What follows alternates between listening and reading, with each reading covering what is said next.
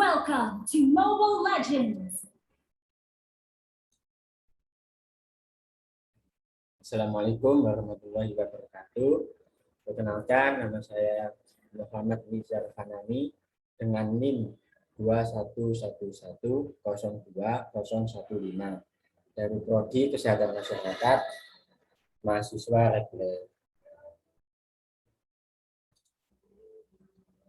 Di sini saya akan menjelaskan tentang bab 3, yaitu konsep dan fungsi bahasa Indonesia.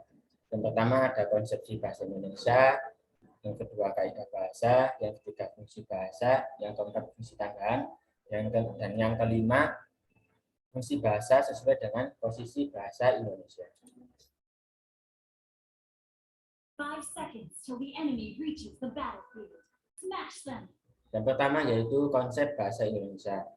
Sampai dengan abad ke-21 ini, perkembangan ilmu dan teknologi menunjukkan bahwa bahasa Indonesia sebagai bahasa nasional dan bahasa Inggris sebagai bahasa internasional sangat berperan sebagai sarana komunikasi.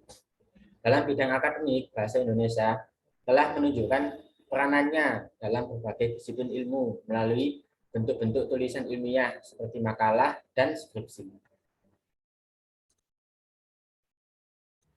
seconds till the enemy reaches the battlefield. Smash them! Begitu pentingnya bahasa sebagai sarana komunikasi. Batasan atau pengertian bahasa adalah sarana komunikasi antar anggota masyarakat dalam menyampaikan ide dan perasaan secara lisan atau tulisan. Kaidah bahasa dalam sistem tersebut mencakup beberapa hal, yaitu 1. Sistem lambang yang bermakna dapat dipahami dengan baik oleh masyarakat. 2. Berdasarkan kesepakatan masyarakat pemakainya, sistem bahasa itu bersifat konvensional. 3. Lambang sebagai huruf fonemis, bersifat mana suka atau kesepakatan pemakainya arbiter atau konvensional. All troops deployed! Sistem lambang yang terbatas, yaitu A sampai Z, 26 huruf, mampu menghasilkan kata, bentuk kata, frasa, klausa, dan kalimat yang tidak terbatas dan sangat produktif. Kemudian sistem lambang itu fonemis tidak sama dengan sistem lambang bahasa lain, seperti sistem lambang bahasa Jepang, lambang hiragana, atau silabis. Kemudian sistem lambang bahasa itu dibentuk berdasarkan aturan yang bersifat universal, sehingga dapat sama dengan sistem lambang bahasa lain. Unsur dalam sistem lambang tersebut menunjukkan bahwa bahasa itu bersifat unik, khas, dan dapat dipahami masyarakat.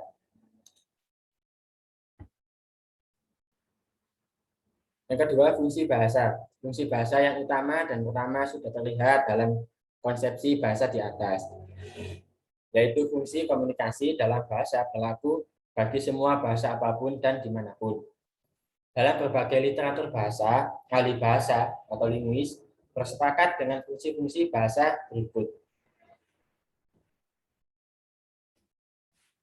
Nah, fungsi ekspresi dalam bahasa.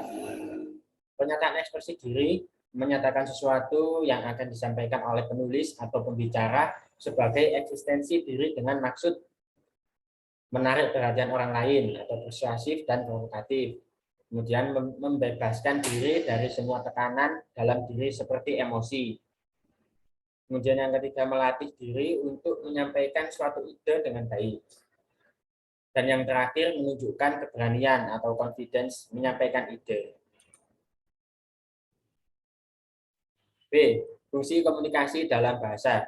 Fungsi komunikasi merupakan fungsi bahasa yang kedua setelah fungsi ekspresi diri. Maksudnya, komunikasi tidak akan terwujud tanpa dimulai dengan ekspresi diri.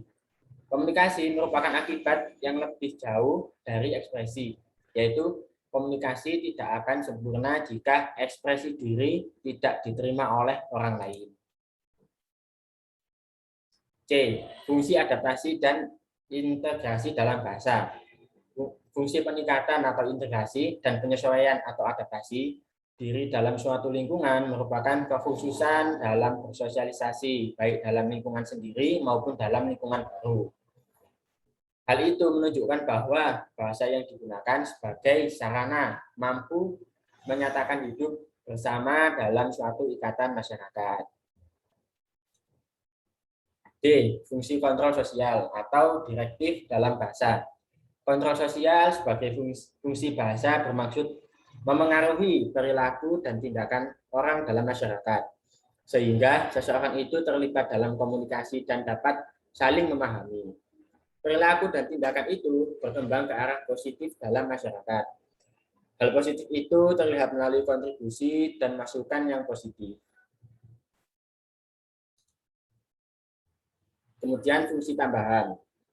Boris Karloff menambahkan beberapa fungsi lain sebagai pelengkap fungsi utama tersebut. A. Fungsi tambahan. 1. Fungsi lebih mengenal kemampuan diri sendiri. 2. Fungsi lebih memahami orang lain. 3. Fungsi belajar mengamati dunia, bidang ilmu di sekitar dengan cermat. 4. Fungsi mengembangkan proses berpikir yang jelas, runtut, teratur, terarah, dan logis. 5. Fungsi mengembangkan atau memengaruhi orang lain dengan baik dan menarik atau fatik. 6. Fungsi mengembangkan kemungkinan kecerdasan ganda. 7. Fungsi membentuk karakter diri. Yang ke-8, fungsi membangun dan mengembangkan profesi diri.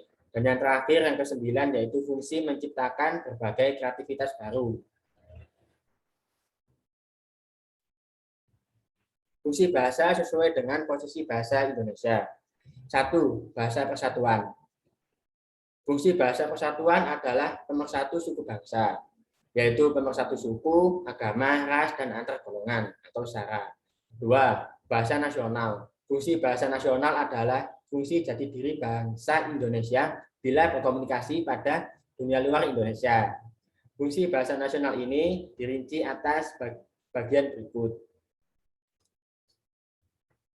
A. Fungsi lambang kebanggaan bangsa Indonesia. B. Fungsi identitas nasional di mata internasional. C. Fungsi sarana hubungan antar warga, antar daerah, dan antar budaya. Dan yang terakhir, fungsi pemersatu lapisan masyarakat, yaitu sosial, budaya, suku bangsa, dan bahasa. 3. Bahasa negara. Fungsi bahasa negara adalah bahasa yang digunakan dalam administrasi negara untuk berbagai aktivitas dengan rincian berikut. A. Fungsi bahasa sebagai administrasi kenegaraan. B. Fungsi bahasa sebagai pengantar resmi belajar di sekolah dan perguruan tinggi. Kemudian yang C, fungsi bahasa sebagai perencanaan dan pelaksanaan pembangunan bagi negara Indonesia sebagai negara berkembang. Dan fungsi bahasa sebagai bahasa resmi berkebudayaan dan ilmu teknologi atau ILTEK. Yang keempat, bahasa standar. Fungsi bahasa baku atau bahasa standar merupakan bahasa yang digunakan dalam pertemuan sangat resmi. Fungsi bahasa baku itu sebagai berikut. A. Fungsi pemersatu sosial, budaya, dan bahasa. B. Fungsi penanda kepribadian, bersuara, dan berkomunikasi. Kemudian fungsi penambah kewibawaan sebagai pejabat dan intelektual. Kemudian yang terakhir, fungsi penanda acuan ilmiah dan penulisan tulisan ilmiah. Keempat posisi atau kedudukan bahasa Indonesia itu mempunyai fungsi keterkaitan antar unsur. Posisi dan fungsi tersebut merupakan kekuatan bangsa Indonesia dan merupakan jati diri bangsa Indonesia yang kokoh dan mandiri. Dengan keempat posisi itu, bahasa Indonesia sangat dikenal di mata dunia, khususnya tingkat regional ASEAN. Sekian yang dapat saya sampaikan, kurang lebihnya mohon maaf apabila ada salah-salah kata. Terima kasih. Wassalamualaikum warahmatullahi wabarakatuh.